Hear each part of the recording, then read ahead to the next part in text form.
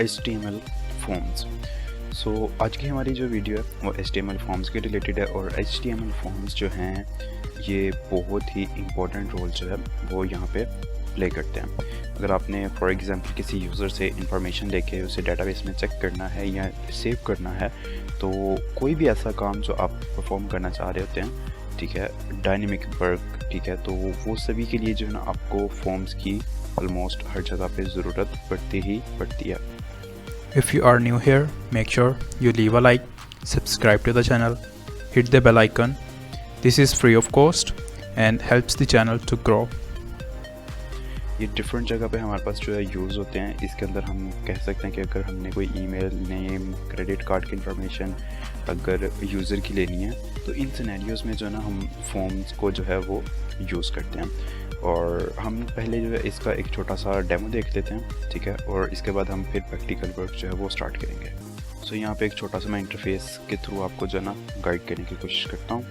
हमारे पास एक user interface होता है, ठीक है, जहाँ पे यूज़र आता है और उससे हम जो है उसकी डिफरेंट इंफॉर्मेशन लेते हैं। फॉर एग्जांपल हमने उससे उसकी ईमेल ले ली, हमने उसे उसका जो है पासवर्ड लिया, उसके बाद हमने उसे जो है उसका नाम पूछ लिया और लास्ट पे हमारे पास एक बटन है रजिस्टर का, ठीक है। जैसे ही यूज़र रजिस्टर के ऊपर क्लिक करता है, ठीक है, जैसे ही यूज़र इस रजिस्टर के बटन पे क्लिक करेगा तो यहाँ से इसकी जो भी डिटेल्स यहाँ पे ऐड थी, यहाँ पे ऐड थी और यहाँ पे इस फॉर्म के अंदर ऐड थी, वो सारी डिटेल्स आगे चली जाती हैं एक वेब सर्वर के पास, ठीक है। अब ये वेब सर्वर का क्या काम होता है, यहाँ पे जो है हमारे पास बैकएंड के ऊपर ना एक लैंग्वेज रन हो रही है ये सर्वर के ऊपर, ठीक है, जो क्या क्या करती है कि वो चेक करती है कि हमारे पास डाटा क्या आया है, ठीक है, उसकी बेस पे। अब क्योंकि हम जब रजिस्टर कर रहे हैं तो फर्स्ट टाइम इस दौरान क्या होगा कि डाटा जो भी आएगा उसे चेक करेगा, उसके वैलिडिटी को, क्या ईमेल है, नेम है, पासवर्ड है इसमें, अगर तो ये सारी चीज़ें यहाँ पे मौजूद हैं,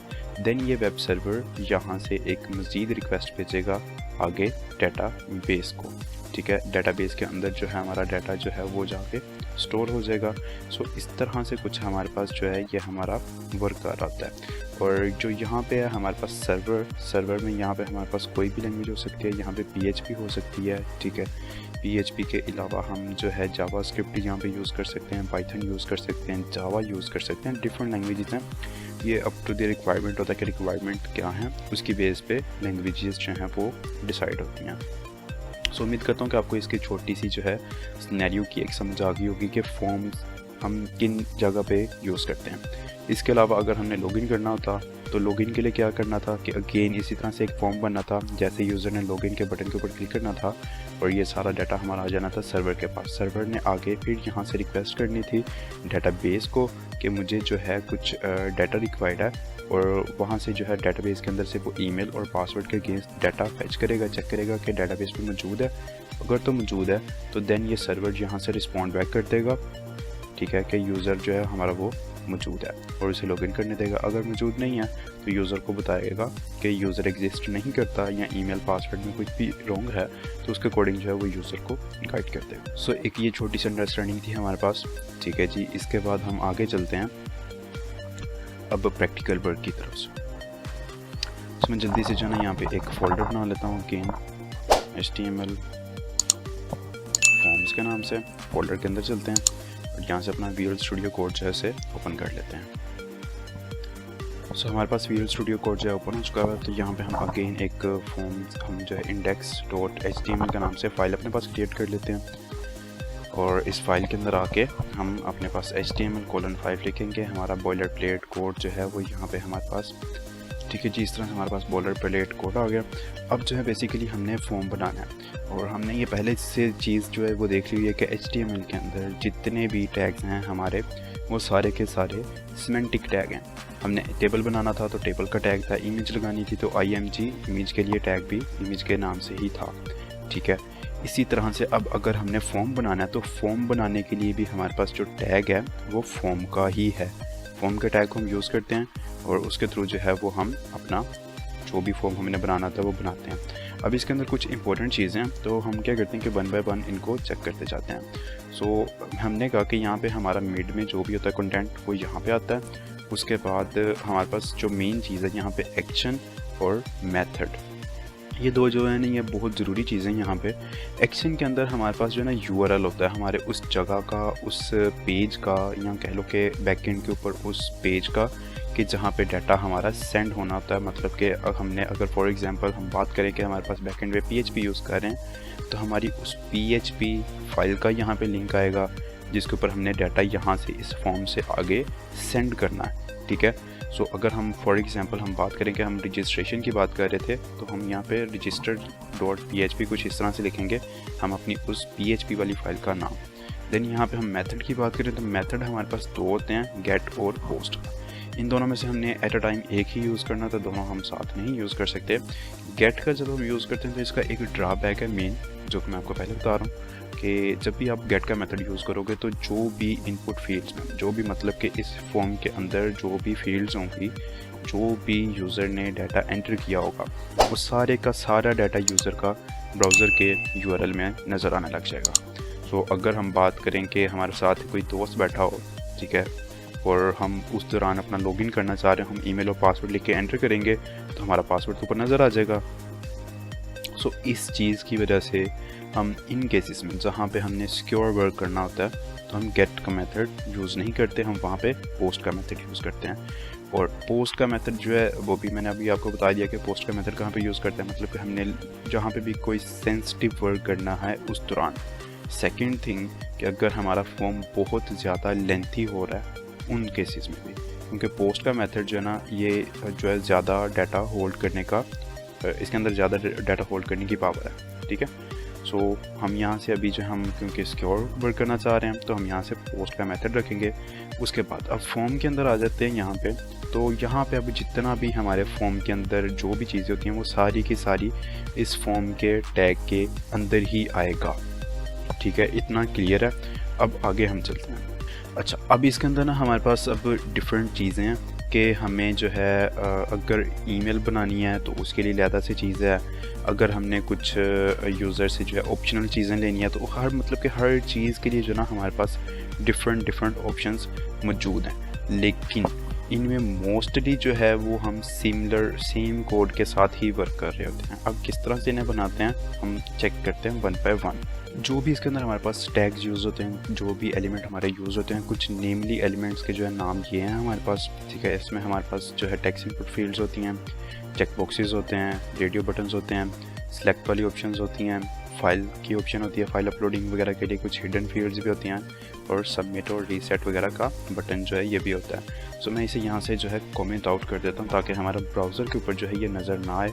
और कमेंट करने के लिए जो है हमने टेक्स्ट को सिलेक्ट करना, तो सिलेक्ट करने के बाद हमने कंट्रोल// प्रेस करेंगे तो जो भी हमने सेलेक्ट किया होगा वो सारा एरिया जो है कमेंट हो जाएगा। कमेंट होने से क्या होता है कि डाटा हमारा ब्राउज़र पे नज़र नहीं आता। ठीक है, हम अब यहाँ पे आते हैं और हमने कहा सबसे पहले हमारे पास है टेक्स्ट इनपुट कंट्रोल्स। तो टेक्स्ट इनपुट कंट्रोल्स जो हैं इनमें क्या क्या है, हमारे पास टेक्स्ट की बात कर रहे हैं तो ईमेल्स जो हैं वो हो सकती हैं इसके अंदर हमारे पास। ठीक है, नंबर्स आ सकते हैं, अल्फ़ाबेटिक और अल्फ़ान्यूमेरिक दोनों चीज़ें जो हैं इसके अंदर हम उन्हें कवर कर सकते हैं। इसके अलावा हम पासवर्ड वगैरह, मतलब कि जितना भी काम जो कि हमने टेक्सचुअल करना है ना वो सारा का सारा हम करेंगे टेक्स्ट इनपुट फील्ड्स के लिए। और इन सभी के लिए जो हमारे पास एक टैग है इनपुट के नाम से। ठीक है, मैंने सिर्फ इनपुट लिखा है तो मेरे पास ये डिफरेंट उसकी टाइप्स जो है ना वो आ रही हैं। सो हम यहाँ से अभी जो यूज़ नहीं करेंगे, हम जो है इसे खुद बनाते हैं स्टार्ट से। सो हम इस तरह से इनपुट लिखते हैं।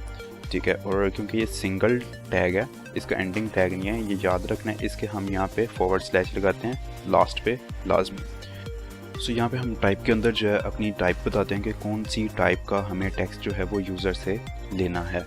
सो हम उसके अकॉर्डिंग यहाँ पे बताएंगे। फॉर एग्जांपल अगर हमें नॉर्मल टेक्स्ट लेना है तो हम यहाँ पे सिर्फ लिखेंगे टेक्स्ट। ठीक है, और सेव करके मैं आपको इसके आउटपुट जो है ब्राउज़र पे वो चेक करवा देता हूँ साथ कि हमारे पास अभी किस तरह से आ रहा है।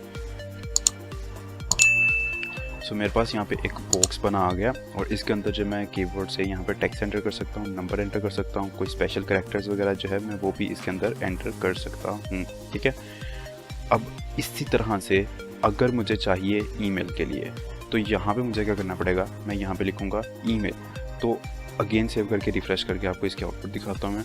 तो अभी भी बॉक्स तो ये वही है, लेकिन अब इसमें एक एक्स्ट्रा चीज़ आ गई है कि जब यूज़र इसमें एंटर करेगा जो भी अपना डाटा वगैरह, तो सबमिट करने लगेगा ना, तो यूज़र को डाटा सबमिट नहीं करने देगा ब्राउज़र।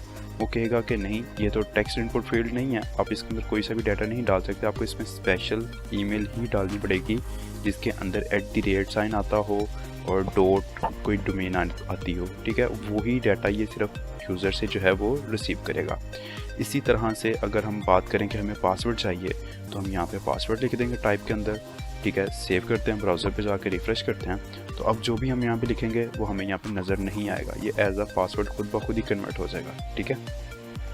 तो पासवर्ड वाली इस तरह से वर्क करती है। अच्छा, अब हमें अगर ज़रूरत पड़ जाए कि हमने सिर्फ यूज़र से नंबर ही लेना है, हम नहीं चाहते कि यूज़र जो है उस दौरान कोई टेक्स्ट एंटर कर पाए, तो यहाँ पे जो है हमें क्या करना है, हमें यहाँ पे नंबर लिख देना है। सेव करते हैं, ब्राउज़र पे जाकर रिफ़्रेश करते हैं, तो अभी मेरे पास जो है ये साथ इंडिकेटर भी आ रहा है कि जहाँ से हम नंबर जो है वो इंक्रीज़ और डिक्रीज़ कर सकते हैं। उसके अलावा अगर यहाँ पे यूज़र अगर टेक्स्ट एंटर करने की कोशिश करेगा तो टेक्स्ट एंटर नहीं कर पाएगा, ठीक है। कोई भी एंटर यहाँ पे करने की कोशिश करेगा, सिर्फ यहाँ पे नंबर्स वगैरह जो है वही एंटर कर पाएगा। आप अपने पास भी ट्राई करके देखेगा तो आपके पास भी टेक्स्ट एंटर करने की ऑप्शन नहीं आएगी। इवन कि मैं यहाँ पे कीबोर्ड के थ्रू अभी ऐड कर रहा हूँ लेकिन नहीं टाइप हो पा रहा, ठीक है, क्योंकि ब्राउज़र डिसेबल कर देता है टेक्स्ट कीबोर्ड के एरिया को। अच्छा, वापस आते हैं। अच्छा, हमने देख लिया कि हमारे पास जो है इनपुट का एक टैग है जिसे हम यूज़ करते हैं अपने पास इनपुट के डिफरेंट जो है हमारे पास वेरिएंट्स उन्हें यूज़ करने के लिए, और इसके डिफरेंट वेरिएंट्स जो हैं उन्हें हम यूज़ कर पाते हैं इस टाइप के एट्रीब्यूट के थ्रू। टाइप के अगेंस्ट हम बताते हैं कि हमें किस टाइप का डाटा जो है वो चाहिए, तो हमारा जो ब्राउज़र है वो खुद ब खुद ही अंडरस्टैंड करता है उसे, और उसी अकॉर्डिंग हमें जो है यहाँ पे वो इनपुट फील्ड बना के दे देता है। ये जो बॉक्स आ रहा है ना, इसे हम इनपुट फील्ड कहते हैं, ठीक है। अब हमने देख लिया टेक्स्ट मैनेजमेंट किस तरह से हम कर सकते हैं, उसके लिए डिफरेंट हमारे पास यहाँ पे मौजूद थे एट्रीब्यूट की वैल्यूज़, वो भी हमने देख लिया। इसके बाद अब एक और इसमें चीज़ है कि हमें जो है यहाँ पे नाम का एट्रीब्यूट लाजमी यूज़ करना होता है। ये एक बहुत अच्छी प्रैक्टिस है, जब भी आप बनाओ अपने पास फॉर्म तो आप लोगों ने यहाँ पे नाम का एट्रीब्यूट लाजमी यूज़ करना है, नेम, ठीक है। हर चीज़ को आपने नेम देना। फॉर एग्जांपल अगर आप यूज़र से फ़ोन नंबर ले रहे हो तो आपने यहाँ पे फ़ोन नंबर लिखना है, इसका नेम, ठीक है, क्योंकि टाइप इसकी नंबर है, यूज़र से हमने नंबर लेना है इस वजह से। अगर हमने यूज़र से ईमेल लेनी होती तो हम यहाँ पे इसका नेम ईमेल रखते और टाइप भी यहाँ पे आके इसकी हम ईमेल कर देते, ठीक है जी, इस तरह से। इसके बाद अब अगर देखें हम फॉर्म की तरफ आएँ तो हमें नहीं पता चल रहा कि ये बेसिकली ये इनपुट फील्ड जो है ये किस पर्पज़ के लिए है। जब तक इसके साथ कुछ ना कुछ टेक्स्ट नहीं होगा हमें नहीं पता चल पाएगा कि ये इनपुट फील्ड किस पर्पज़ के लिए है। तो इसके लिए हम क्या करते हैं कि हम अपनी हर इनपुट फील्ड के लिए, मतलब कि हम अपने हर एक कंट्रोल के लिए हम यहाँ पे लेबल का टैग यूज़ करते हैं, ठीक है। और लेबल के टैग को यूज़ करते हुए हम बताते हैं कि ये लेबल किसके लिए है। सो हमने अगर यहाँ पे नीचे ईमेल लेनी है तो हम यहाँ पे लेबल लगाएंगे एंटर योर ईमेल, ठीक है, कोलन। सेव करते हैं, ब्राउज़र पे जाकर रिफ्रेश करके देखते हैं आउटपुट। सो अब हमें पता चल रहा है कि हाँ जी, ये जो बॉक्स बना हुआ है इससे पहले लिखा हुआ है ईमेल एंटर करने का, तो मतलब कि यहाँ पे ईमेल एंटर करनी है। अच्छा, अब यहाँ पे कुछ चीज़ें और जो हैं वो आपने नोटिस करनी है कि अगर मैं इस पे अभी क्लिक कर रहा हूँ, ठीक है, तो मुझे कुछ भी इफ़ेक्ट नहीं पा रहा है यहाँ पे, मतलब कि ये सिर्फ टेक्स्ट जो है मेरे पास वो सिलेक्ट हो पा रहा है। वापस आते हैं और अब यहाँ पे मैं आपको मज़ीद इसे बताता हूँ कि लेबल को यूज़ किस तरह से करते हैं, लेबल के टैग को। सो यहाँ पे हमारे पास ना एक 4 के नाम से एट्रीब्यूट मौजूद है लेबल के टैग के अंदर। ये 4 के नाम का जो एट्रीब्यूट है ये क्या करता है कि ये चेक करता है कि लेबल जो है, जो भी ये टेक्स्ट यहाँ पे एंटर किया गया वो किसके लिए है, ठीक है, वो मतलब कि कौन सी इनपुट फील्ड के लिए है। ये उस चीज़ को चेक करता है, जो भी हम यहाँ पे वैल्यू देते हैं उसको मैच करता है और उसी के लिए ये सिर्फ शो होता है। बाकियों के लिए भी जो है मतलब शो हो रहा था लेकिन वो वर्क नहीं करता बाकियों के लिए, वो सिर्फ एक के लिए वर्क करता है जो यहाँ पे 4 में हमने वैल्यू लिखी होगी। अब ये किस तरह से वर्क करता है वो देख लेते हैं। ये 4 के अंदर ना वैल्यू हम यहाँ पे वो लिखते हैं जो भी हमने यहाँ पे आईडी दी हो, और आईडी के एट्रीब्यूट हमने स्टार्ट में देख लिया होगा कि आईडी का एट्रीब्यूट जो वो हम यूज़ करते हैं यूनिकली आइडेंटिफाई करने के लिए अपनी HTML के अंदर हर एक टैग। इसे कॉपी करते हैं यहाँ से और इसी को यहाँ पे लाके पेस्ट कर देते हैं। सेव करके अब ब्राउज़र पे जाके अगेन आउटपुट चेक करते हैं कि डिफरेंस क्या है हमारे पास। सो अब यहाँ पे चेक करते हैं, ठीक है। अब ये ना मैं अगर इस पर क्लिक करता हूँ, जो मेरे पास ये टेक्स्ट है, तो ये मुझे क्या कर रहा है, खुद ब खुद ही ये वाले इनपुट बॉक्स जो है वो हाईलाइट करके शो करवा रहा है कि इसके अंदर एंटर करनी है ईमेल, ठीक है। मैं अब अगर यहाँ पे आके मैं डिफरेंट ये बना दूँ और इनकी आईडीज़ जो है ना वो हम रिमूव कर देते हैं ताकि ये कैप्चर ना हो पाए। सेव करके ब्राउज़र पे जाते हैं और रिफ्रेश करके देखते हैं। अब मेरे पास जो है ना ये डिफरेंट फील्ड्स आ रही हैं, ठीक है। सो अब मैं अगर इस पर क्लिक करता हूँ तो ये मुझे बताएगा कि ये लास्ट वाली इनपुट फील्ड है जिसके अंदर आपने ईमेल एंटर करनी है, ये 2 पहली वाली नहीं है क्योंकि हमने 2 पहली अभी ऊपर ऐड की है ना, ठीक है। ये इस तरह से आइडेंटिफाई करता है। सो जो ब्लाइंड पर्सनस होते हैं ना, ये उनके लिए बड़ा हेल्पफुल होता है कि उन्हें जो है, क्योंकि नज़र तो नहीं आता, तो वो स्क्रीन के ऊपर टच करके उसकी बेस पे वो सारा काम कर रहे होते हैं। सो ये हमारे पास जो है ये 2 बेसिक टैग्स हैं जो कि फॉर्म के अंदर बहुत ज़्यादा यूज़ होते हैं। अच्छा, अब हम बाकी के जो टैग्स हैं इन्हें भी कवर करेंगे अपनी नेक्स्ट वीडियो में। सो आप लोगों ने जो है नेक्स्ट वीडियो वो कंप्लीट देखनी है, जैसे ये कंप्लीट देखी है वीडियो। उम्मीद करता हूँ अभी तक जितना भी हमने देखा है वो समझ आई होगी। मिलते हैं अपनी नेक्स्ट वीडियो में। Thank you for watching.